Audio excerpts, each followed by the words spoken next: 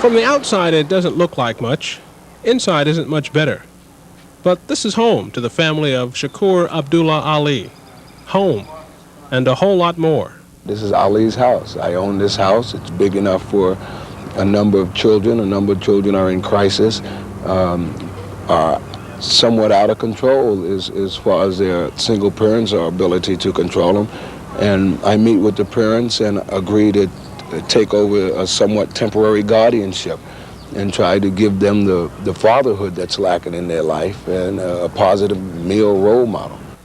In the last 2 years, 28 young people, juvenile delinquents, gang members, dropouts, and drug addicts, have lived in Ali's house on Center Street in Highland Park and gotten their act together.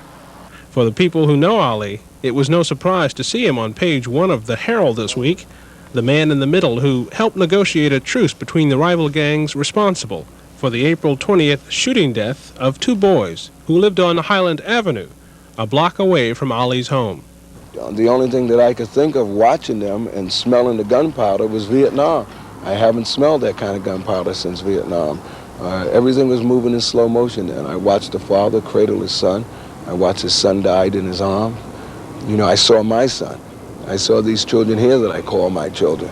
I saw each and every one of them die right there. And it only empowered me to work harder. It made me feel like I wasn't doing enough.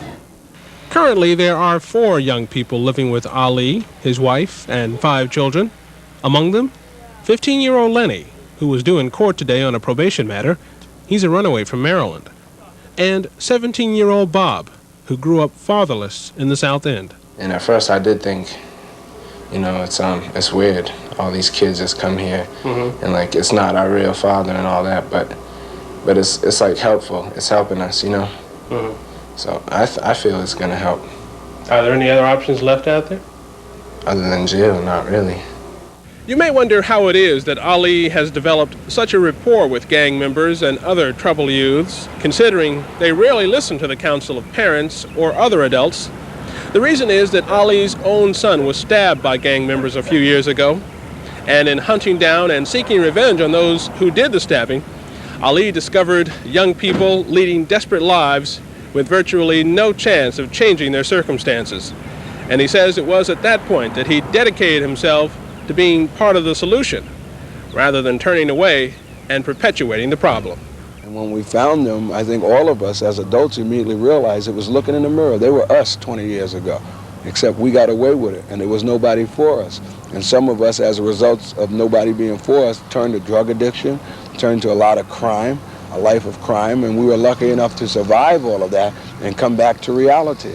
And we wanted to give them the chance that no one gave us. Born in Harlem 43 years ago, Ali served 3 tours of duty in Vietnam before settling down in Massachusetts to work as a Boston School Department police officer. An on-the-job injury forced him into retirement several years ago. Now he is hoping to make his unofficial group home official at some point, a model that might inspire others to follow. Us men have to do something about these children that we raised and left for our queens to rear. Because they need men, they need brothers, and those of us that have made these babies or made babies where we don't know where they're at must take on one of these babies as if they was our own, because we're all one family, all one gang here. You know, it's a gang of peace. For the 10 o'clock news, I'm Marcus Jones.